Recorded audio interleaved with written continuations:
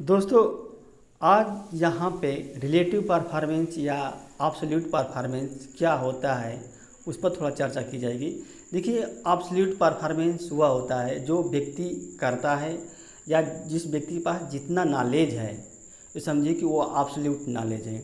वहीं जब उस नॉलेज या परफॉर्मेंस को दूसरे व्यक्ति के नॉलेज या परफॉर्मेंस से तुलना की जाती है तो रिलेटिव परफॉर्मेंस हो जाता है। और किसी भी कंपटीशन या एग्ज़ाम में रिलेटिव परफॉर्मेंस का बहुत बड़ा रोल होता है।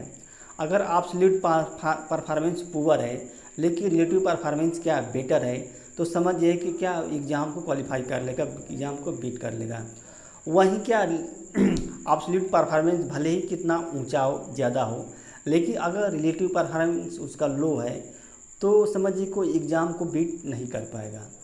तो जैसे इसको आप एग्जाम्पल से देख रहे थे, बहुत से लड़के ऐसे होते हैं वो कई कई घंटा यानी कि 10 घंटा 12 घंटा पढ़ते हैं, तो उनका क्या नॉलेज हासिल करते हैं, उनके पास नॉलेज बहुत होता है, तो जो एब्सोल्यूट परफॉर्मेंस है वो ज़्यादा है उन लोगों का। वहीं दूसरा लड़का है वो भी क्या कम से 5-6 घंटा पढ़ता है, लेकिन उसके पास एब्सोल्यूट नॉलेज तो कम है, लेकिन जब वो परीक्षा में बैठता है तो उसका रिलेटिव परफॉर्मेंस जो होता है अच्छा होता है तुलना के उसमें उस लड़के के जो क्या है 10-12 घंटा पढ़ता है। तो कोई लड़का जिसका रिलेटिव परफॉर्मेंस बेहतर है तो समझिए कि उसके लिए बहुत ही अच्छा है। अगर रिलेटिव परफॉर्मेंस देखिए पुअर है तो इसको क्या प्रयास से एफर्ट से क्या आप बढ़ा सकते हैं। वैसे तो चाहिए कि कोई भी व्यक्ति को क्या कंपटीटर को अपने खुद से ही प्रैक्टिस करना चाहिए, खुद से ही कम्पीट करना चाहिए। और धीरे धीरे जब वो खुद से कम्पीट करेगा तो उसके अंदर क्या एब्सोल्यूट परफॉर्मेंस बढ़ेगा। एक समय एब्सोल्यूट परफॉर्मेंस बढ़ेगा तो स्वाभाविक बात है कि उसका रिलेटिव परफॉर्मेंस भी क्या होगा, अच्छा होगा। यानी कि जब एक लड़का क्या है 1 घंटे में 3 सवाल सॉल्व करता है, तो अब उसी तरह क्या है, अब धीरे धीरे अभ्यास करेगा तो अगले दिन क्या है 1 घंटे में 4 सवाल सॉल्व करेगा।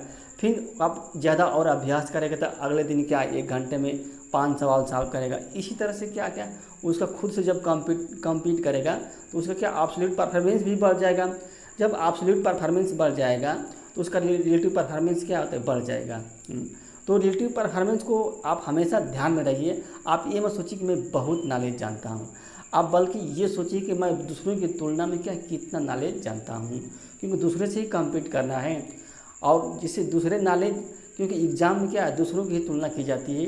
यानी कि कहने का देखिए, जैसे डार्विन होता है, डार्विन वैज्ञानिक हैं, उन्होंने एक सिद्धांत दिए थे, कहते योग्यतम की उत्तरजीविता सिद्धांत। यानी कि आपको जैसे कहते थे कि वही प्रजातियाँ वातावरण में अपने अस्तित्व को बनाए रखेंगी जो वातावरण के अनुसार क्या होगी, ढलेंगी। जो प्रजातियाँ वातावरण के अनुसार नहीं ढलेंगी वो अपने अस्तित्व को क्या खो देंगी। तो उसी तरह से एग्ज़ाम है, परीक्षा या कोई कंपटीशन है, अगर आप कंपटीशन के प्रकृति के अनुसार आप अपने को ढाल लेते हैं तो क्या कंपटीशन में बने रहेंगे। और कंपटीशन के विपरीत यानी कंपटीशन के प्रकृति के अनुसार जो कंपटीशन है उनके अनुसार अगर आप अपने ढाल नहीं पाते हैं तो समझिए कि क्या आप क्या कंपटीशन से बाहर हो जाएंगे। चाहे जो भी कंपटीशन है, चाहे सिविल सर्विस का हो, नीट का हो, जेई का हो, एसएससी का, वनडे का, कोई भी कंपटीशन है, उसके अनुसार क्या आपको ढलना ही पड़ेगा हर हालत में, अगर आपको क्या उसको बीट करना है, उसको क्वालिफाई करना है।